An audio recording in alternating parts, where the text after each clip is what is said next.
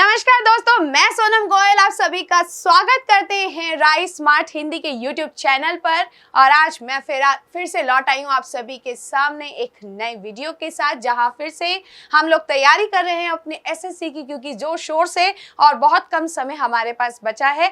तो समय को वक्त ज़ाया ना करके हम लोग बहुत जल्दी तैयारी अपनी करें और सभी सब्जेक्ट्स को हमें रेडी करना है ताकि हमारा एग्ज़ाम बहुत अच्छे से हो जाए। हम लोगों की भी आपके लिए यही कामना है और इसीलिए अभी तक आपने देखा कि मैं आपके लिए लास्ट वीडियो में जो लेकर आई थी वो मैंने बताया था कि 19वीं शताब्दी के कांग्रेस अधिवेशन, क्योंकि बच्चों जिस तरह से एक तरफ आप लोगों की तैयारियां चल रही है, वही उस तैयारियों में हम भी आपके सहयोगी बनना चाहते हैं, जिस सहयोगी के साथ आप तैयारी कर सकते हैं। और इसीलिए हम भी बहुत अच्छे से उन कंटेंट्स को लेकर आए हैं, कोशिश कर रहे हैं आपके सामने लाने के, समक्ष रखने की, जिन पर एग्जाम में सबसे ज्यादा फोकस किया जा रहा है। और हमेशा की तरह जैसे कि मैं आप लोगों को बता चुकी हूं कि मॉडर्न इंडिया अपने आप में इंपॉर्टेंट है, तो मॉडर्न इंडिया का नेशनल टॉपिक जो हमारा चल रहा है नेशनल मूवमेंट्स को लेकर, उस पर आपके लिए एक छोटा सा पेशकश की। अभी तक जो कांग्रेस अधिवेशन हम 19वीं शताब्दी के कर रहे थे, ठीक है, ये वीडियो आप जरूर देख लीजिएगा। जिन लोगों को ये नहीं मालूम है कि 19वीं शताब्दी के भी अधिवेशन है, जिन्हें मैंने पार्ट 1 के रूप में रखा है, और ये है पार्ट 2 जिसमें हमने 20वीं शताब्दी के अधिवेशन देखने हैं जो एग्जाम पॉइंट ऑफ व्यू से इंपॉर्टेंट है। और इसीलिए इस अधिवेशन में आप देखते हैं कुछ छोटी छोटी इंफॉर्मेशन के साथ आपके सामने, ठीक है, जैसे कि आप देख रहे हैं 20वीं शताब्दी में आते के साथ ही हम लोगों का जो महत्वपूर्ण अधिवेशन हो जाता है वो आप देख रहे हैं 1905 का बनारस अधिवेशन, जिसमें आपके सामने हैं गोपाल कृष्ण गोखले जी। और गोपाल कृष्ण गोखले जी के दौरान, मतलब इस अधिवेशन में जो इनका उद्देश्य था वो ये था कि भारत का वायसरॉय लॉर्ड कर्जन जिसने घोषणा कर दी थी बंगाल विभाजन की, उस बंगाल विभाजन का विरोध किया जा रहा था इस कांग्रेस अधिवेशन में, क्योंकि यहाँ पर लाला लाजपत राय पूरी तैयारी के साथ विरोधी बन के बैठे हैं, जहां उन्होंने प्रपोजल पास कर दिया था स्वदेशी आंदोलन का, जहां पर काफी लोग उनसे इसमें सहमति जताते हुए उनके साथ मिलकर तैयारी करते हैं कि एक आंदोलन आयोजित किया जाए जिसका नाम होगा स्वदेशी आंदोलन, क्योंकि उनका सिद्धांत ही था स्वदेश। मैं अपने एक क्लास में आप लोगों के सामने जब ये डिस्कशन चल रहा था तो मैंने आपको तब भी बताया था बंगाल विभाजन की कुछ बातें कि स्वदेश, स्व मतलब हमारा देश, देश हमारा है तो तय भी हम करेंगे कि विभाजन होगा ये नहीं, और ये मेरा देश है तो मैं अपने देश का विभाजन नहीं होने दूंगा। इसीलिए स्वदेशी आंदोलन यानी ये जो है बंगाल विभाजन के विरुद्ध जो चर्चा की गई थी, जो प्रस्ताव पारित किया गया था, उसके विरोध में आंदोलन को लेकर कौन से अधिवेशन में चर्चा की गई, तो उत्तर के रूप में हो जाएगा बनारस अधिवेशन। ईयर वही रहेगा 1905, क्योंकि आप जानते हैं कि ये घोषणा जो है 1905 की ही थी, ठीक है। इसके अलावा कौन लीडरशिप कर रहे तो याद रखना है गोपाल कृष्ण गोखले हैं, गोपाल कृष्ण गोखले। और आगे चलते हुए हम बात करते हैं 1906 में जब कलकत्ता का अधिवेशन, जिसमें आपकी फिर से बागडोर संभाल रहे हैं दादा भाई नौरोजी, क्योंकि आप देख चुके हैं 19वीं शताब्दी में भी मैंने जिक्र किया था कि जो दूसरा अधिवेशन हुआ था कांग्रेस का, उसमें भी लीडर बने थे दादा भाई नौरोजी, जिन्हें कहा गया था first non Hindu leader of Congress के पहले गैर हिंदू अध्यक्ष, और फिर से लौट आए हैं वही दादा भाई नौरोजी एक लीडरशिप के रूप में यहाँ पर 1906 में, जहां पर मुख्य रूप से पहली बार कौन से शब्द का उपयोग किया गया है, स्वराज। देखिए बच्चा, मैं आपको एक चीज यहाँ पर एक वर्बली कंसेप्ट में क्लियर कर दूं। आप जानते हैं कि दरअसल मैंने स्टार्टिंग जब ये टॉपिक किया था तो आपको डिवीजन बहुत अच्छे से एक्सप्लेन किया था, जिसमें आपको पता है कि एक्सट्रीमिस्ट एरा, मॉडरेट एरा, यानी शुरू होता है हमारा ये दौर मॉडरेट एरा से, नरमपंथियों से जो बड़ा विश्वास रखते थे अंग्रेजी सरकार में, उनके साथ भारत का विकास चाहते थे। लेकिन जब ये 1905 की घटना बंगाल विभाजन की घोषणा ही थी, जो अभी हमने चर्चा में बात करी आपसे, उसी घोषणा के पश्चात ये जो गरम दल, जिन्हें गरमपंथी एक्सट्रीमिस्ट कहते हैं, इस ग्रुप ने मुख्य रूप से अपना सिद्धांत जो स्वदेशी बना रखा था, जो उनका सिद्धांत था स्वराज, वो स्वराज मुख्य रूप से अब पूरा इनका उद्देश्य सबके समक्ष आकर कब पहली बार प्रस्तुत किया गया था, 1906 में इस कांग्रेस अधिवेशन में, जहां ये सिद्धांत अभी तक लोगों के दिलो दिमाग में था, चर्चाओं में था, लेकिन अब सबके बीचों बीच ये बात रख दी गई थी स्वराज इस अधिवेशन के दौरान। जो बहुत इंपॉर्टेंट अगेन क्वेश्चन हमारा कि कौन से अधिवेशन के दौरान स्वराज शब्द का उपयोग किया गया, तो 1906 का अधिवेशन, कलकत्ता अधिवेशन, जो आपको मेंशन करना होगा। बहुत इंपॉर्टेंट अधिवेशन है, बहुत क्वेश्चन आते हैं इस अधिवेशन से, जहां पूछा जाता है, जिसे नाम दिया जाता है सूरत स्प्लिट। हालांकि आप देखेंगे 1907 में इसे सूरत अधिवेशन कहा गया है, लेकिन सूरत विभाजन के नाम से भी इसको जानते हैं। ठीक है, ये आपको याद रखना होगा कि इसे सूरत विभाजन, सूरत से समझ तो आ गया क्योंकि सूरत में अधिवेशन हो रहा है इसलिए इसको सूरत अधिवेशन कहते हैं, लेकिन इसको सूरत विभाजन क्यों कहते हैं? क्योंकि इस अधिवेशन में जो अभी तक आप देख रहे हैं गरमपंथी और नरमपंथी, इनमें जो आंतरिक कोल्ड वॉर चल रहा था, दरअसल उसका विस्फोट सबके सामने हो ही गया था इस अधिवेशन में। जी हाँ, दरअसल एक्सट्रीमिस्ट ग्रुप आप देख रहे हैं और मॉडरेट ग्रुप है, वह विवाद होने के कारण दोनों बट गए।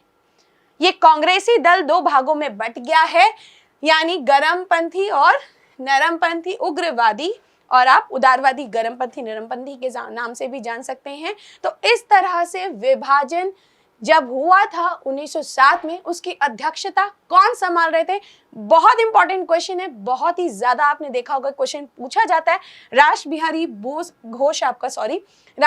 घोष आपका उत्तर हो जाएगा और आपको ये याद रखना है। कांग्रेस का गरमपंथी और नरमपंथी सूरत अधिवेशन में जो हुआ था वो किस वर्ष हुआ था? उत्तर हो जाएगा 1907। रासबिहारी घोष की अध्यक्षता में 1907 में जो कांग्रेस के गरमपंथी और नरमपंथी दल में विभाजन हुआ था, वो कहां आयोजित हुआ था? उत्तर हो जाएगा सूरत। यानी इन तीनों फैक्ट्स को देखते हुए आप देखते हैं इसको लिंक करके पूछा जाता है। और आप जानते हैं इस क्वेश्चन की एक और चीज क्या मेंशन करते हैं वो लोग, इस क्वेश्चन को बहुत ही बड़ा चढ़ा के मैनिपुलेट करके वो रखते हैं ताकि आप कंफ्यूज हो जाएं, लेकिन हमें इसे इग्नोर करते हुए क्वेश्चन अटेम्प्ट करना है और वक्त जाया ना करते हुए बहुत जल्दी हम चलते हैं अगले अधिवेशन जो बहुत इंपॉर्टेंट है, 1909 का अधिवेशन। ये वेरी वेरी इंपॉर्टेंट, जो लाहौर में आयोजित हुआ। और कौन है हमारे सामने? मदन मोहन मालवीय। यहाँ 1909 के इस अधिवेशन की जो बागडोर संभाल रहे हैं वो है आपके मदन मोहन मालवीय जी। और ये जानते हैं दरअसल यहाँ पर पारित किया गया था इंडियन काउंसिल एक्ट 1909 का। ये जो इंडियन काउंसिल एक्ट है ये 1909 का है। और आप जानते हैं इस इंडियन काउंसिल एक्ट में एक बहुत विशेष बात ये कही गई थी कि लेजिस्लेटिव काउंसिल में अब भारतीयों की भागीदारी भी शामिल की जाएगी। क्योंकि आप जानते हैं बंगाल विभाजन एक ऐसा आंदोलन हो गया जहां पर लोग अपनी जागरूकता को दिखा रहे, गरमपंथियों का बहुत ही ज्यादा यानी उग्रवादियों का बहुत ही ज्यादा दबदबा होने लगा। अंग्रेज जानते हैं कि भारत की परिस्थितियां ऐसी है कि ये लीडर अपने आप में बहुत ज्यादा विश्वसनीय होकर आगे बढ़ रहे हैं और इन्हें अगर रोकने की कोशिश की गई, डायरेक्टली रोका गया तो विवाद हो जाएगा। इसे इनडायरेक्टली वो चाह रहे हैं कि भारतीयों को इन्वॉल्वमेंट देकर, उनको लालच देकर इस तरह से रोका जाए, कोशिश की जाए ताकि यहाँ पर मैटर इसी तरह सॉल्व हो जाए। लेकिन इन लोग अंग्रेजों का जो डिवाइड एंड रूल का एजेंडा है, फूट डालो और शासन करो नीति, जो आपने बहुत अच्छे से सुना है, ये अभी भी निरंतर है। आप जानते हैं दरअसल इंडियन काउंसिल एक्ट, जिसे ये भी कहा जाता है मॉर्ले मिंटो सुधार, ठीक है, मॉर्ले, इसे आप मॉर्ले मिंटो सुधार भी कहेंगे और इंग्लिश में इसको बोलेंगे मॉर्ले मिंटो रिफॉर्म। आप जानते हैं कि दरअसल यहाँ सेक्रेटरी ऑफ स्टेट के पद पर है जॉन मॉर्ले और यह भारत का वाइसरॉय कौन है? Lord Minto. सभी ने नाम सुना है। इसे कहा जाता है कि इन दोनों ने मिलकर जिस जगह बैठकर चर्चा की थी जिन सुधारों को लेकर उसे नाम दिया गया मॉर्ले मिंटो सुधार, मॉर्ले मिंटो रिफॉर्म, जिस रिफॉर्म में एक और महत्वपूर्ण घोषणा ये भी की गई थी कि सेपरेट इलेक्टोरेट्स दिए गए थे मुस्लिम्स को। अगर आपको याद हो तो मैंने जो क्लास आपकी स्टार्ट करी थी जिसमें आपने कांग्रेस के साथ साथ कुछ राष्ट्रवादी महत्वपूर्ण तथ्य पढ़े थे, उसमें मैंने मेंशन किया था कि सबसे पहले कौन से समुदाय को, हमारे भारतीय समुदाय को सेपरेट इलेक्टोरेट्स यानी अलग से इलेक्शन करने की अनुमति दी गई थी, तो वो मुस्लिम समुदाय था हमारा, ठीक है। और इसी वजह से उसकी चर्चा कहाँ की गई थी, मॉर्ले मिंटो रिफॉर्म। तो ये आपका इंडियन काउंसिल एक्ट था जिसमें यहाँ पर भारतीयों की भागीदारी को लेकर, इंपॉर्टेंस को लेकर जोर दिया गया था, शामिल करने की बात की गई थी। और एग्जीक्यूटिव काउंसिल में आप देख सकते हैं सत्येंद्र पी सिन्हा, यानी जहाँ पर उनको एक मेंबर को रिप्रेजेंटेटिव बनाने की बात की थी उसमें शामिल हुए थे हमारे भारत के पहले सत्येंद्र पी सिन्हा, ठीक है। तो आप ये जरूर पढ़ेंगे एक बार। और अब चलते हैं 1911 का अधिवेशन जो बहुत इंपॉर्टेंट है, कलकत्ता अधिवेशन। और यहाँ आपके सामने आ गए हैं बीशन नारायण धर्म, जहाँ इनकी अध्यक्षता में जब ये हो रहा था अधिवेशन, तो यहाँ इंपॉर्टेंट क्या है, अभी तक आपने देखा था वंदे मातरम गाया गया और अब गाया गया है जन गण मन। दरअसल बात ये उस दौर की थी, ऐसा कहा जा रहा था कि इस दौरान जो ब्रिटेन के राजकुमार थे पंचम और महारानी मैरी, राजा जॉर्ज पंचम और महारानी मैरी, ये लोग जब इनका ताजपोशी की बात आई तो भारत में आयोजित किया गया था ताजपोशी का ये समारोह, जिस समारोह के दौरान, ये अधिवेशन के दौरान उनके लिए गाया गया था जन गण मन। और इसीलिए क्वेश्चन आता है, ये बहुत इंपॉर्टेंट है कि जन गण मन कौन से अधिवेशन में गाया गया था, ये क्या नाम है, कलकत्ता अधिवेशन में, किस साल, तो 1911। क्यों? क्योंकि आप जानते हैं ताजपोशी की बात यही थी, ये वही दौर था जो तीसरा दिल्ली दरबार आयोजित हुआ था। तीसरा दिल्ली दरबार आपने सुना ही है, जिस दौरान ये घोषणा भी हुई थी महत्वपूर्ण, कि जहां अन्य घोषणा है उसमें एक महत्वपूर्ण घोषणा क्या है कि भारत की राजधानी कहां से कहां लाई गई थी, कलकत्ता से दिल्ली शिफ्ट की गई थी। तो ये वही सब पूरा अधिवेशन में चर्चा आप देख सकते हैं, इसको पढ़ेंगे और इसको नेग्लेक्ट नहीं कर सकते। बहुत इंपॉर्टेंट अधिवेशन आ चुका है हमारा 1917 का अधिवेशन, जो कलकत्ता अधिवेशन में ही आयोजित, मतलब इसको भी कलकत्ता अधिवेशन कहेंगे। सबसे इंपॉर्टेंट चीज है कि यहाँ आ चुकी हैं हमारी जानी मानी प्यारी एनी बेसेंट जी, और आप इनकी उपलब्धियों को लेकर जानते ही होंगे, जिन जो नहीं जानते हैं उनके लिए बताया जाए, क्योंकि मैं अपनी कई क्लासेस के दौरान इनकी चर्चा पहले भी कर चुकी हूँ। तो एनी बेसेंट जी जो होम रूल का आइडिया लेकर भारत आए थे हमारे बीच में, इन्होंने बहुत लेकर सुधार की बात भी की, एजुकेशन को बहुत बढ़ावा दिया, और सबसे महत्वपूर्ण इनका रोल क्या था हमारे भारतीय राष्ट्रीय आंदोलन में, ये कंधे से कंधा मिलाकर चलती रही। ये बहुत बड़ी बात थी, क्योंकि कहने के लिए ये आयरलैंड की नागरिक थी, एक आयरिश विमेन थी, लेकिन भारत में इन्होंने भारत के उत्थान के लिए बहुत ही हद तक सहयोग दिया था। इसे खिताब इनको मिला था जिसे कहा गया था first women president of Congress. ये क्वेश्चन सभी को, मेरे को लगता है लगभग आता ही होगा, क्योंकि सभी लोग ये चर्चाओं में अक्सर बात करते हैं, पर ये क्वेश्चन बहुत किस तरह से पूछते हैं, किस साल एनी बेसेंट कांग्रेस की पहली महिला अध्यक्ष हुई, तो आपको उत्तर आना चाहिए 1917। दूसरी बात, ये क्वेश्चन पूछा जाता है कि कांग्रेस की पहली महिला अध्यक्ष एनी बेसेंट कहाँ की नागरिक थी, तब उत्तर हो जाएगा आपका आयरलैंड।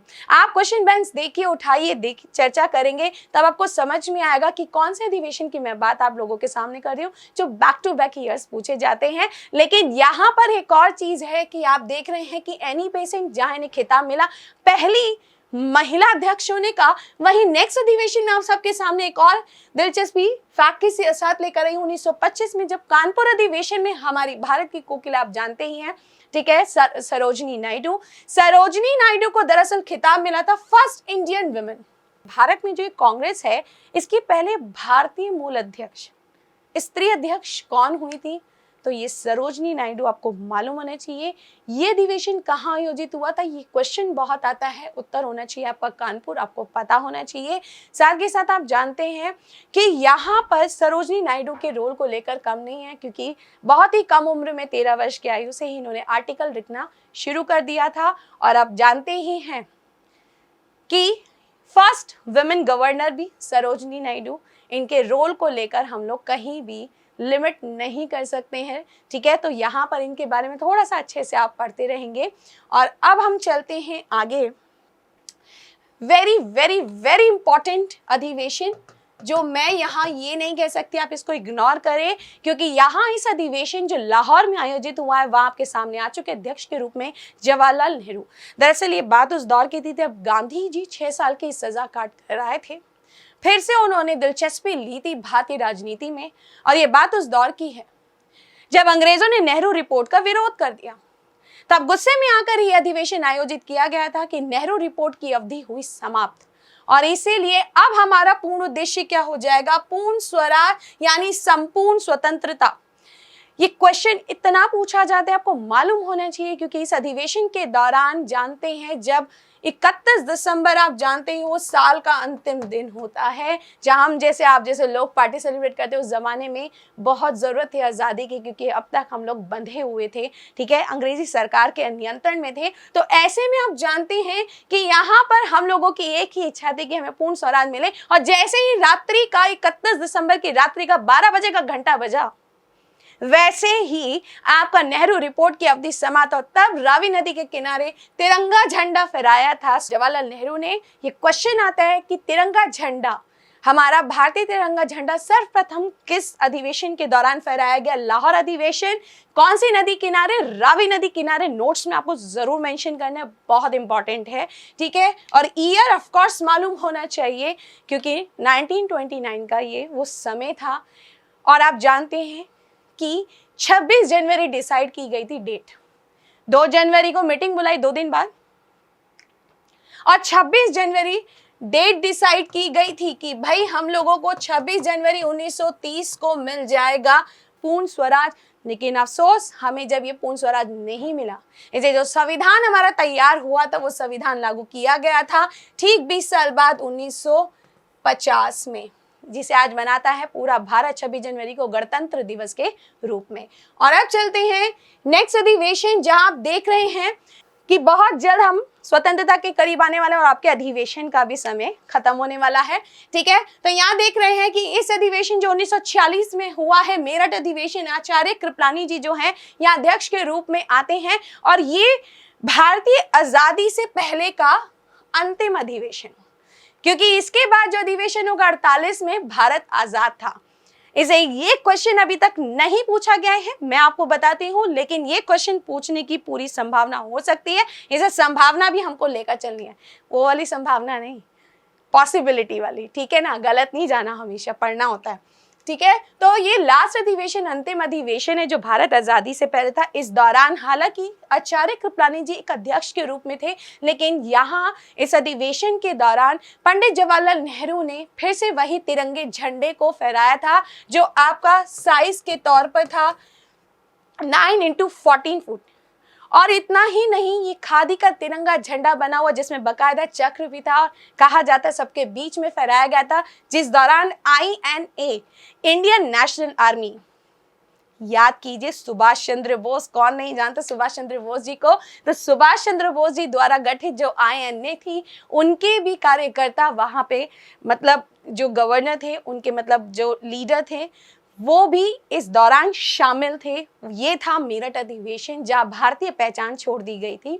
और अब आप देखते हैं, आ चुका है आपका आज का लास्ट अधिवेशन, जो आप देखते हैं भारतीय आजादी के बाद ये पहला अधिवेशन होता है, जिसकी अध्यक्षता पट्टाभी सीतारामैया जी कर रहे थे। अगेन यहाँ सहयोगी के रूप में फिर से खड़े थे जवाहरलाल नेहरू, जहाँ 1948 में ये आयोजित हुआ था जयपुर अधिवेशन। आप जानते हैं इस अधिवेशन के दौरान जो मेन ऑब्जेक्टिव था, जो मेन उद्देश्य था, वो यही था कि भारत आजादी के बाद जितने भी ये क्षेत्र हैं, जितने भी आप देखते हैं लोग, जनता है, जितनी भी जयपुर की है, अब वो सब आकर केंद्रीकृत हो जाएं, जुड़ जाएं, क्योंकि आप जानते ही हैं कि भारत आज़ादी के दौरान तक हमारा देश विभाजित था कई राज्यों में। तो यहाँ इनका मुख्य उद्देश्य यही था कि राजस्थान की जितनी भी जनता है, जितने भी क्षेत्रीय हैं, जो अभी भी अधिराज मतलब अभी भी आप देख रहे राजाओं के क्षेत्रों में था, उनके अधिराज्य में था, उनके कंट्रोल में था, वो फाइनली एक हो जाए, संगठित हो, ताकि हम लोग एक संपूर्ण भारत का निर्माण कर सके। ठीक है, तो यही उद्देश्य के साथ यहाँ बहुत हद तक कार्य करने वाले एक ही व्यक्ति हुए थे जिनका नाम आता है वल्लभ भाई पटेल, जिनके लिए बनाया गया था स्टैच्यू ऑफ यूनिटी। सभी जानते हैं उनके बारे में कितना सहयोग रहा था पूरे देश को एक करने में उनका, जो हम चर्चा करेंगे अपने आगे की क्लासेस में, लाइव क्लासेस में। पर आज का मेरा मोटिव यही था कि इन अधिवेशन को एग्जाम में जाने से पहले पढ़ के जाइएगा, क्योंकि आप जानते हैं मैंने इसी उम्मीद से आप लोगों के लिए बनाया कि आपके लिए बहुत यूजफुल हो। और अगर मेरा आज का वीडियो आपको बहुत पसंद आया तो प्लीज कमेंट बॉक्स में लिखकर जरूर बताइएगा। कोई भी डाउट है शेयर कीजिएगा, लेकिन उससे पहले इस वीडियो को लाइक करना है, शेयर करना और सब्सक्राइब करना नहीं भूलना है। फिर से मिलते हैं अगली वीडियो में इसी rise smart Hindi YouTube channel पर।